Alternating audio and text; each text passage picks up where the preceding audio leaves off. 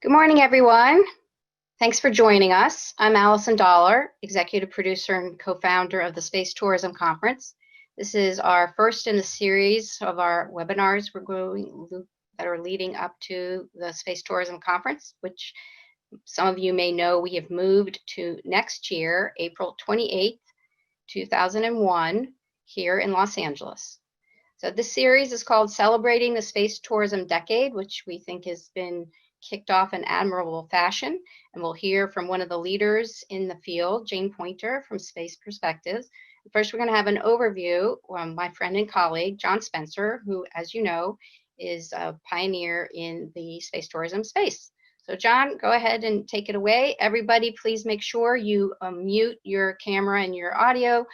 We will have a chance, perhaps, depending on timing, for Q&A after the fact. And I will see you on the other side. Take it away, John. Thank you, Allison. And thank you all for attending our Space Tourism Society Space Tourism Conference first webinar. We're all about the space experience and what does all that mean, and providing a unique space perspective for everyone who has a chance to go to space. So if you'll always remember this, that for what we're focused on, we are in the space experience business.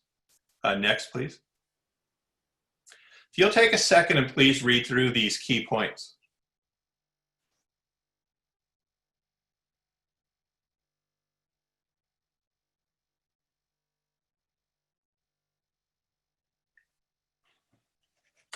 So as I mentioned, at the deepest part of what we're involved with is a focus on the space experience. Our goal has been to provide information and develop the industry as far as possible so the most number of people can go to space and have the space experience. Next slide, please.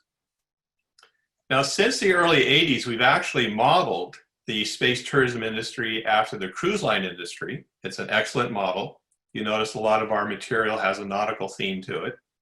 And since the mid-90s, I've been developing a concept about orbital super yachts, modeled after ocean-going super yachts.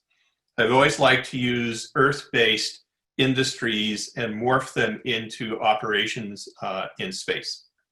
Next slide, please. Next, please. The next slide is really interesting. Okay, we'd like to go to the next slide. Okay. Well, I'll talk about what the next slide is, and we'll just race through all this then. So the next slide shows a triangle that has, shows the three main, next slide shows a triangle that has the three main mediums through which people experience the space. At the apex is real space experiences, going to low Earth orbit and beyond. At one end is Earth-based space experiences, such as going to the National Space Museum, space camp, space theme parks. And the opposite end is movies and TV and virtual worlds. And there's always been a good synergy between these three. They're mutually supportive, and they enhance each other and help accelerate each other. The next slide is going to show you a triangle, another triangle, that shows the very different levels of space experience. And what's good about this is, while it's a niche market, the space experience industry is pretty big and is growing and will only grow. And we can have customers for our entire lives. And that is, you see a movie and a book and a movie, you go to a theme park, you basically have a zero gravity flight, you do stratosphere, zero gravity flight, then the new area, which is stratosphere balloon flights, and then suborbital flights, and then real space flights. John, we had a hiccup. I lost the internet. Can you tell me what slide we should be on? I should be on slide number 1, 2, 3, 4, 5. It's the first triangle. Okay.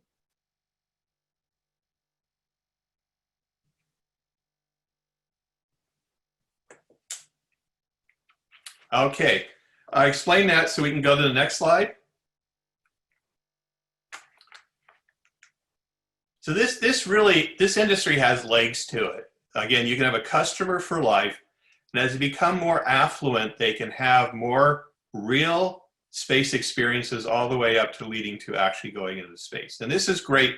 It's an industry builder, but also corporate sponsors like this because they can have a customer for life. Next slide, please. The space tourism industry officially started on April 21st, 2001, when our businessman Dennis Tito actually paid for and flew to the International Space Station, flight provided by the Russians. He spent 7 days on board, had a wonderful time, safely returned. And from now on, we're calling this April 28th Space Tourism Day. Next, please. So most of you know about the space station. All of the people who have flown, there's 7 in total, have gone to the space station, been there 7 to 10 days, and returned to Earth, had a great time, and most of them want to return. Next, please. Now, here are the people who've actually had that wonderful experience. It was all booked by Space Adventures. Now, all these are very wealthy people, but they've all come back with a feeling of how do we do better for Earth. And one of the fantastic things is that Charles Simoni actually flew twice, so we actually have a repeat customer. Let's go to the next slide, please. The next big thing in space tourism is going to be flybys of the moon. That's going to be extraordinary, and that's in the works right now. And that's where you do a figure 8 from Earth to the moon, fly all around it. You're going to have an Earthrise experience and then return basically to Earth. SpaceX has already announced that they have a deal to do that, and Space Adventures is also working on that. Next, please. Now, how real is all this? It's very real. Now, here's a list of billionaires who have all directly invested in, and some of them even started, space enterprise, space tourism companies. And the business world is really looking to these guys as leaders, very smart, very successful people. And the reason they're doing this is because they love challenges and they grew up with the space program and have always wanted to be involved in it. Next. So let's look at real space for a minute. We'll do a quick survey. Next, please. So SpaceX has developed the Dragon Crew capsule, and Boeing is doing the Starliner. SpaceX is now on a test flight and has actually flown astronauts to the International Space Station, first time in about a decade from American soil. Next. And as I say, and they've actually signed an agreement. There's a lot of, this is very interesting, to fly 3 to 4 passengers on a 4-day trip on a Dragon capsule in Earth orbit. It would not actually go to the space station, and most likely they're going to be putting a bathroom on board the capsule. Next. And you have to admit, it's remarkable what SpaceX has done. They're real heroes. What Elon as the founder's done, Gwen Shotwell as the president, and their whole team have done remarkable stuff. And it was one of the great days that I've experienced in this business when SpaceX launched their Falcon Heavy with Elon's Tesla on board as the payload and put the Tesla in Earth orbit. And again, the wonderful success of putting the astronauts on the space station. This has opened the eyes to a number of major investors and major players that now we have private enterprise direct access to and from space. Next.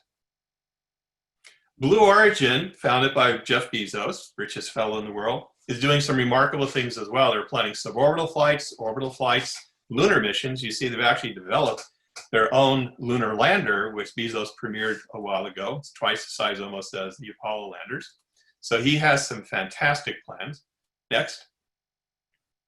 Axiom Space signed an agreement with NASA to actually provide new space stations, habitat space stations, add them to the International Space Station, then have their own free flyer.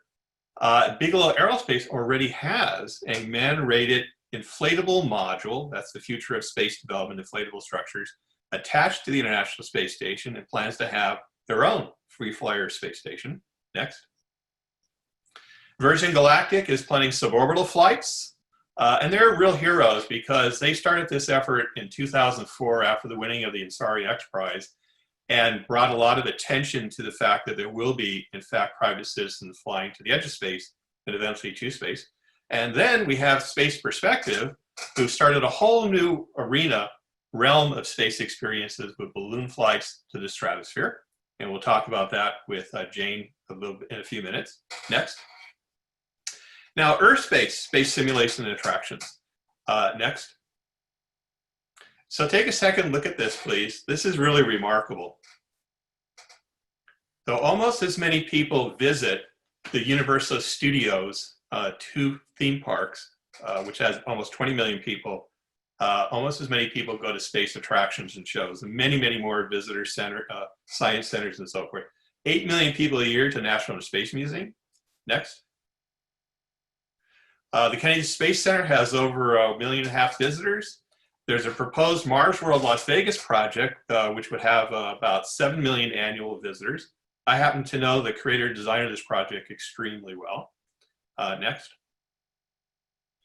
California Science Center has the Endeavour Space Shuttle, and they're planning to build a $250 million, they have the money now, a space shuttle pavilion with the real space shuttle staff, everything is real.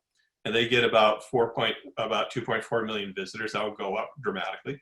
Disney already has a Mission Space Pavilion, a trip to Mars at their Epcot Center. Next, please. Spaceport America is the first purpose-built modern spaceport. It's the home operations for Virgin Galactic and a number of other new companies. There's actually 27 spaceports around the world, and there's more in development. Next, please. And I'm sure you've all heard of Space Camp in Huntsville, Alabama. Well over 1 million kids have gone to Space Camp over the years, trained to be astronauts, and several of them have actually become real astronauts and flown to space. And Space VR is an exciting new venture where they're taking a combination of floating in water in a chamber, virtual reality, and real images, real time, from the space station orbiting Earth. So you're able to float with high quality VR and see the Earth from space. So it's about as close as you can get other than going to space. So we're really excited about what they're doing. This is a great combination of technologies and transition into the next section. Or next slide. Movies and TV, games, virtual reality. Next, go ahead. Next. So there's always been this wonderful synergy between this real space industry and this entertainment industry. It started with Disney many years ago. And we're seeing the entertainment industry moving more and more close to real space projects. And just last month, Tom Cruise announced that he's putting a deal together with Elon Musk and NASA to actually fly him to the space station and do filming on board the space station for a feature film for the next Mission Impossible. This is a very big deal. There's also a number of other movies in work. There's a major TV show whose winner of a contest will fly to the International Space Station. So Hollywood and space has always had a connection, and that connection is deepening and growing, which is great for both groups. Next. In 2016, a movie came out about a love story on board a passenger cruise ship. Made $300 million at the box office, and here's an example of A-plus list actors, Jennifer Lawrence and Christopher Pratt. Excellent movie, and Hollywood stepped forward and did a space cruise ship movie. There's more in the works. Next. Space fashion, that's now coming on board more and more and more. Virgin Galactic is looking at this. We've actually hosted space fashion shows through Space Tourism Society events. Next.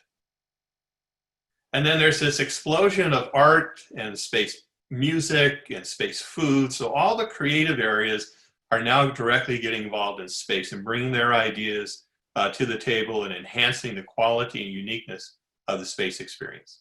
Next, please. Now we'll do the future. Just take a moment, take a look at this. This is really important.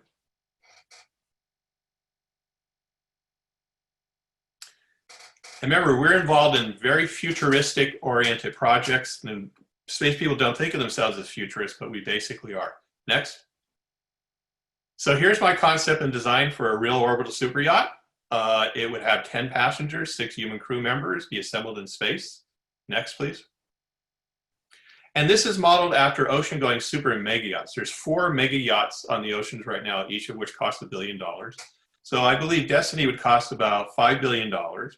And the reason this will probably happen is because yachting is not based on cash profit, it's based on social profit. pride and prestige and social standing. So being the first person to have orbital super yacht is going to be amazing. Next. Eventually, we're going to have resorts on the moon and more golfing. Alan Shepard was the first commander of Apollo 14, actually hit some golf balls on the moon. Next, please.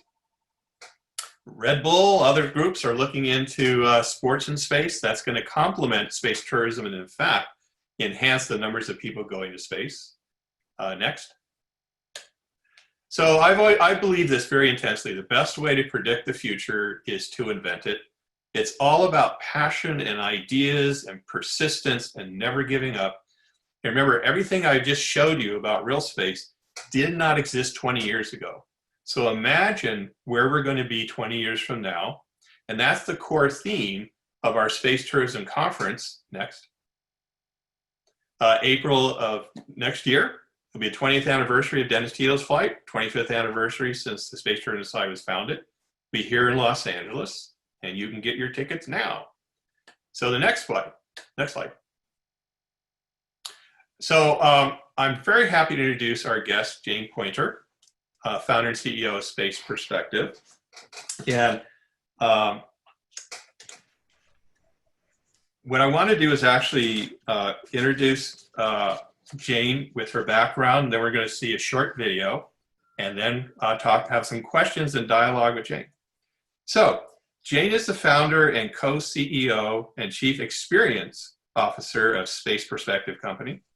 She is the co-founder and founding CEO of Worldview Enterprises, the Silicon Valley-based stratosphere balloon technology company with its revolutionary uncrewed Stratolite, very cool name, for communications and remote sensing.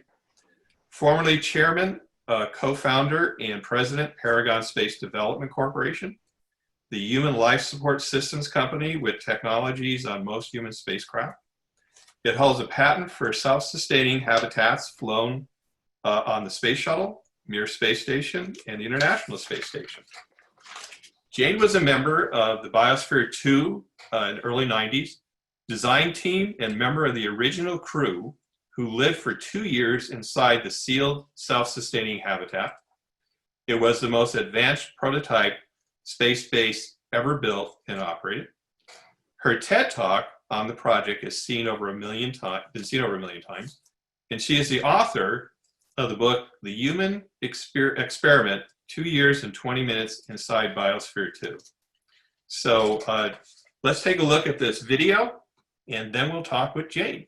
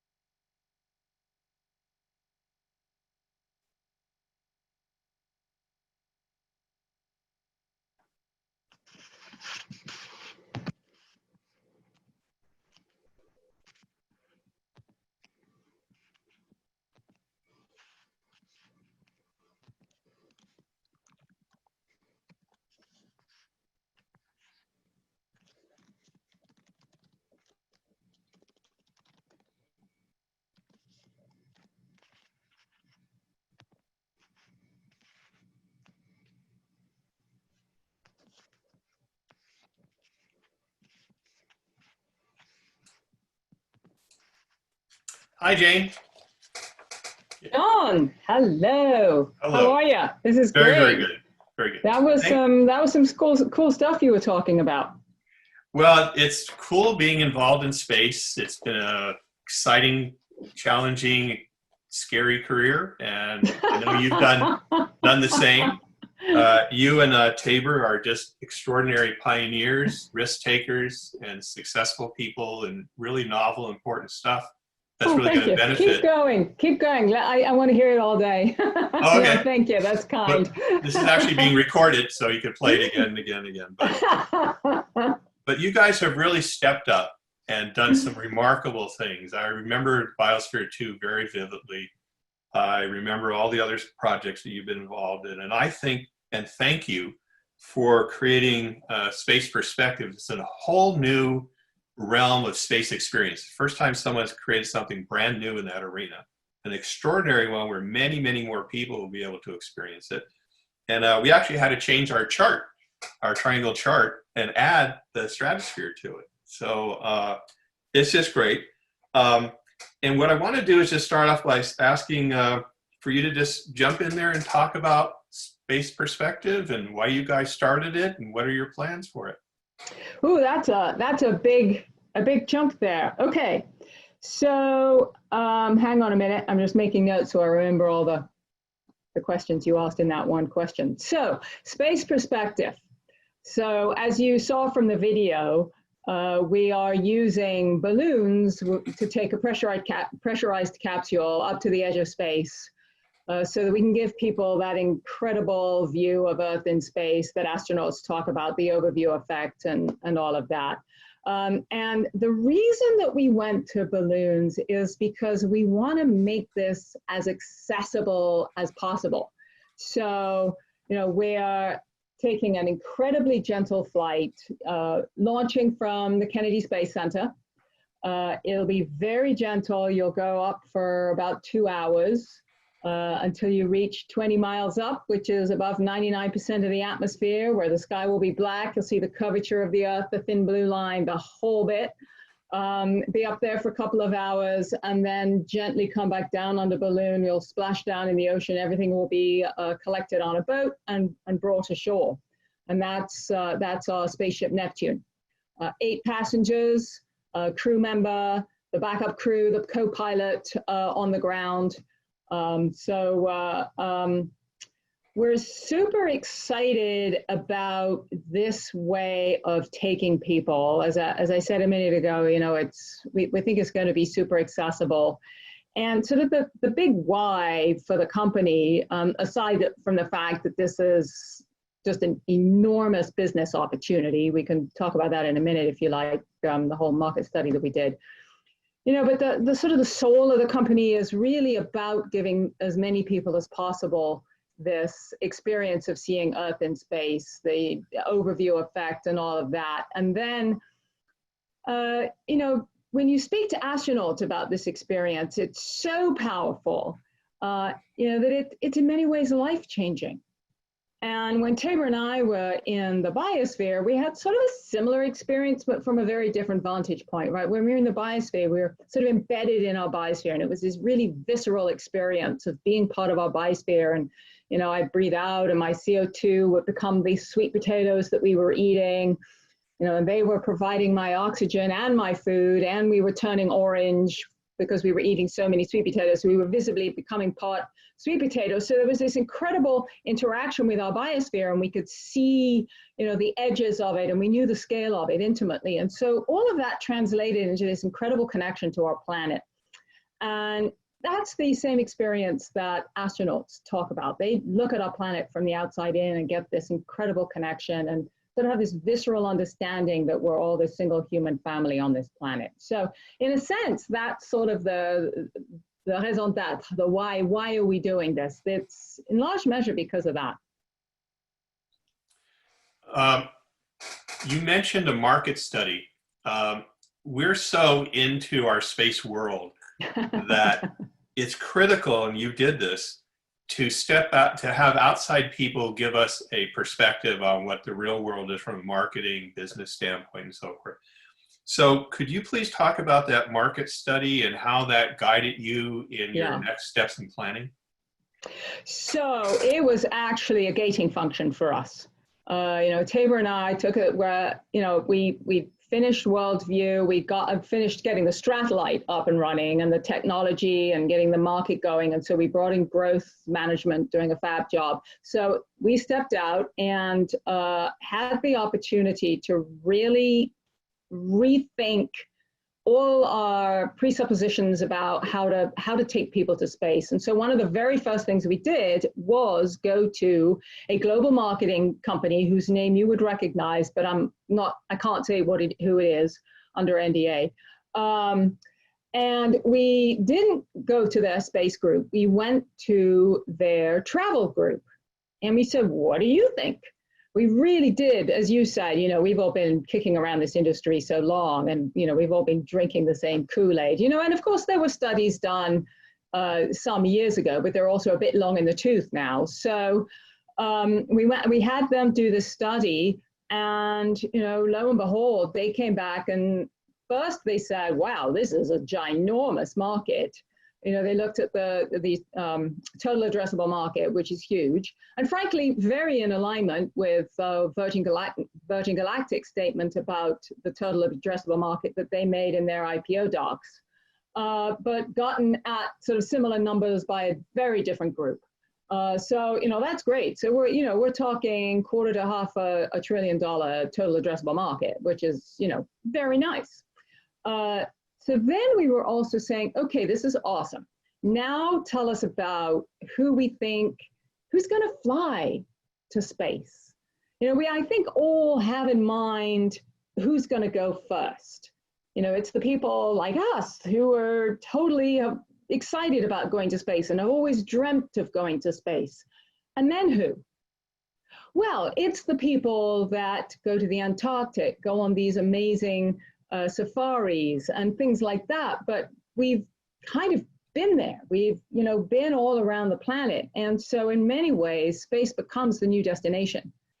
And that was the big finding for us, is there's this huge market that is in large measure about the travel industry writ large, but of course at the high-end travel industry. Yeah, I totally agree. We've used the adventure travel industry for decades, quite frankly, as a model and an example of people going to exotic locations, Antarctica, and wanting something different to do. And most of the people who flew to the space station have taught, and I've talked about pretty much all of them, has said it was basically the next thing to do and a big dream and a desire to have a life-changing experience. And they all basically did. So this is all about, as we started the conversation today, about the experience. Right. For your passengers, talk about the experience and talk a little bit about the design of your capsule, which is actually beautiful design. Thank you. Yeah, that's so we worked. One of our team members is Priestman Good, out of England. Fabulous design firm who worked with us to really get a sophisticated look to the design, which is also very functional. So we really wanted to design this vehicle with the customer experience at the center of the vehicle design. So you see those huge windows so that we get a 360-degree panoramic view. There's actually in the roof and the top that you may not have been able to see a dome that you can put your head up in and get a full 360 unobstructed view, and also look up at the balloon, which will be super cool. Then it's very roomy inside. We want to make it roomy so that not only is it comfortable for the passengers that go, but it's also then flexible for all kinds of other things that we can imagine doing. There's a big area in the center of the capsule where people can get up and gather, but you could envision, of course, weddings and concerts from space and all kinds of imaginative things that we can envision doing inside Neptune.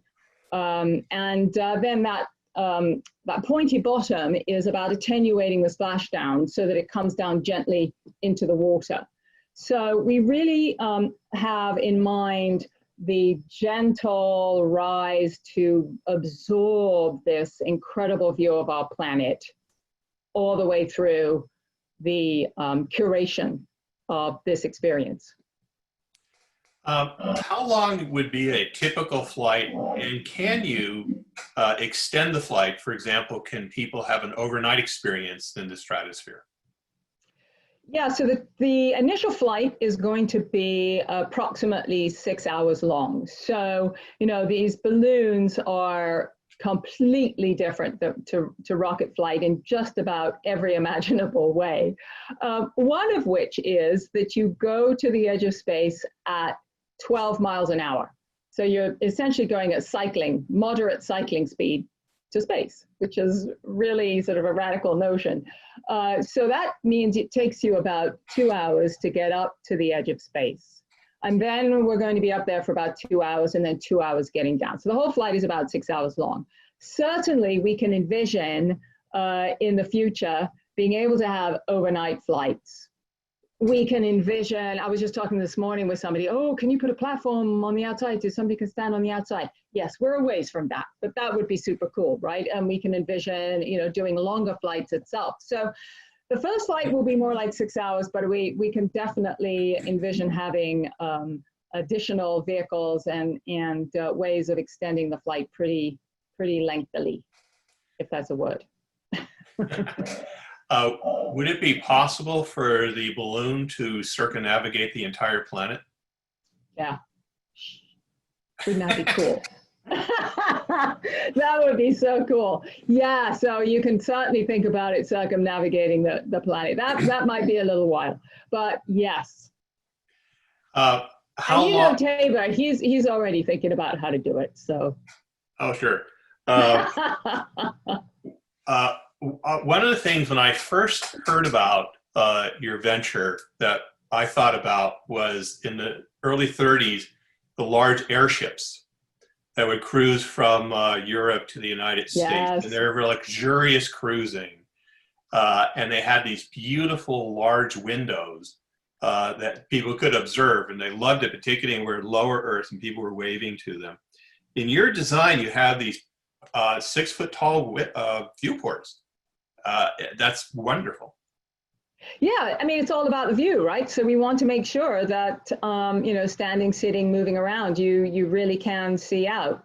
That's a big part of it. Oh, what we didn't say, of course, very important, all self-respecting spaceships have a bar and a loo. And of course, you can do Wi-Fi, and then for special events, we'll have broadband, you know, like really high bandwidth live streaming. That's great. Since we want to get as many people have the space experience, are you planning to do, say, creative competitions where someone writes something or designs something, and the winner gets a free flight, or even you could have a classroom, for example, on board of a group who's won a contest, and I think that would be extraordinary. So you know, the fact that we have the possibility of getting people to the edge of space that otherwise wouldn't is just core to our business. So, you know, we're thinking about that in a bunch of different ways. I'm sure we'll have some programs ourselves. But we're also partnering with really important groups who are doing just that. So for example, Space for Humanity, we have a great partnership with them. They will be sending people on our flight, and they are a group where you compete to fly.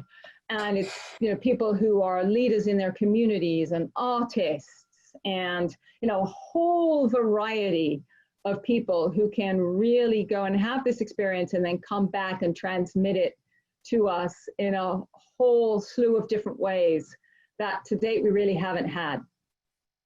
I think that's fantastic. I can imagine a class being taught in the stratosphere. Exactly. That would be about as you're cool, exactly right.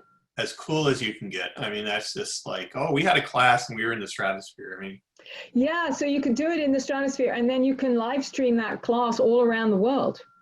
I mean, that's absolutely. Also just so what I love, you know, the metaphor of that, right? So you've got this spaceship Neptune is at the edge of space. It's floating above the Earth. It's looking out across the Earth, and then it's connected with people all around the planet. I mean, that's about as cool as it gets. That's pretty cool. That is very, very cool. Are you thinking of bringing telescopes inside so you can look down but also up? And would you, in some flights, in the right situation, be able to see the International Space Station? Sure, I'm sure. It would take some timing, but yes, absolutely. And, you know, one of the cool things about these balloons is that they historically have been used for solar and astrophysics and astronomy. I mean, that was one of their very early uses. And in fact, Tabor's father is an astronomer who used these high altitude balloons in the 70s. to really explore the black hole and discover the black hole at the center of our Milky Way galaxy, which is pretty cool. So of course, we're going to have telescope on board. Wow. And I've heard you mention that you'd be able to fly from different locations around the world. Could you talk about that a little bit? Yeah, so we're going to launch initially from Kennedy Space Center. I mean, how historic, what an amazing thing to be able to offer to our customers. We also are working with Cecil Spaceport up in Jacksonville, as well as another Florida location for us. But how awesome would it be to be able to see different things around the planet? So for example, Alaska is super excited about having us go there and show people the Aurora Borealis. That would be insane, right? Wow. Or flying from Hawaii, just so beautiful. And then you can go to the Mediterranean. We're already talking with folks in the Med and in the Middle East. I mean, all these extremely different places. And so one of the big reasons we went to this splashdown approach to the flight is to enable us to do this all around the world. Turns out if you come down on a land landing, it actually makes it quite tricky to find places around the world where you can safely launch and land. But if you go from land to ocean, or eventually even ocean to ocean would be kind of cool as well. That means you can go from just about anywhere around the planet that has a shoreline. That's fantastic. It really is. And there's another example of the tie-in between oceans and space. There's always been that. Of course, that's why we call it Neptune. Yeah. Because, we have planet Neptune, space, and then we have the god Neptune, which is the god of water. And of course, the Earth really is mostly water, should really be called planet Aqua. And so that's this fabulous tie between Earth and space. Fantastic. Is there anything else you'd like to say for the audience? And then we're going to kind of wrap this up in a minute or so. Yeah, what we didn't talk about is also the research payloads that we're going to be able to fly. So we anticipate doing rideshare flights on every flight that we take. If anybody's done research in space, they know how rare it is to be able to do multiple flights of the same instrument and be able to repeat your experiment or take soundings repeatedly. We're going to be doing the same flight over and over again, up through the troposphere, into the stratosphere, and back down. And so we are working with a number of different researchers to be able to put instruments on the vehicle, fly them repeatedly for things like climate change research, atmospheric science, of course, astrobiology. How awesome is that to really study life in the universe, and then solar and astrophysics as well. So there'll be things on there all the time. That's fantastic. Well, I want to thank you again for being our first guest. And I also want to say again that you and Tabor are real heroes. You guys are a unique combination of scientists, business people, designers, creative people. Your passion always comes across, and you're willing to risk things and to get in there and get your hands dirty. So that's a real pioneering spirit. I really appreciate it. You guys have made a genuine difference, and you're going to make a bigger difference with the success space perspective. And I'm very excited someday to learn what's next for you guys. Well, thank you, John. I really appreciate your words. And what's next is focusing on this. Right. 100% focus. Got it. All right. Thank you, Jane. Really appreciate that. And Allison? Yes. Hi, guys. So we have a couple of questions here, Jane. What is the expected flight frequency per balloon? So the entire vehicle is reusable except the balloon. Obviously, the capsule, we reuse it over and over and over again. The balloon is a single use, so that's the material that it's made of. And how many capsules, balloons, or assets are you probably aren't ready to talk about that yet overall in terms of your growth of? Yeah, so the way we think about growth here is that we are aiming to be able to launch, say, around 100 flights a year from a single launch location at least. And that would be a couple of capsules. So that, conservatively means, a couple of capsules and a backup, so 3 per launch site, roughly speaking, and then have that in multiple locations around the planet. Great. Do you have a ticket price yet? Are you sort of, speaking of marketing earlier, are we at the retail place yet with this, or what are you thinking? So we haven't published a ticket price yet. However, it almost seems like we have, because I, in the last few days, I've talked about this enough. It almost seems like the ticket price is now out there. So technically, though, we haven't set a price. We do think we're going to be around half of what the current going rate is. So that puts us somewhere in the neighborhood of $125,000 a seat. And then the idea would be to bring that down over time. Yeah.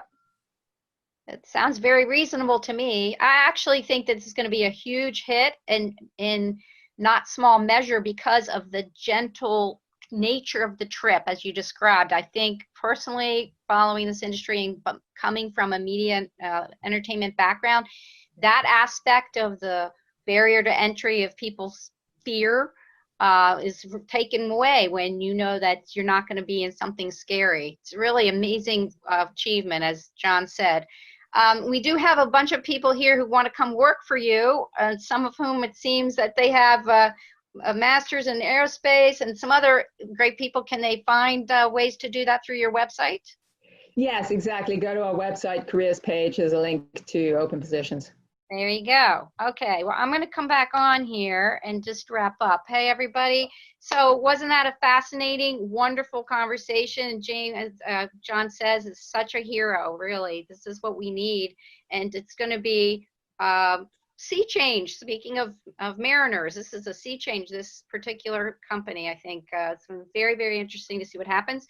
Everybody stay tuned for our next edition of these webinars. We'll be talking about financing these kind of companies, probably end of July, early August. And as always, remember, if you are a ticket holder for the Space Tourism Conference, these are free. They're not very expensive anyway. So please tell everyone when you see the promotions go out. And a big cheer and thank you to Jane, and obviously to John, who has been a pioneer in his own right. Have a wonderful weekend, everyone. Thank you so much. Thanks for coming. Thank you, Jane. This is great. Thanks a lot. Later on, everyone.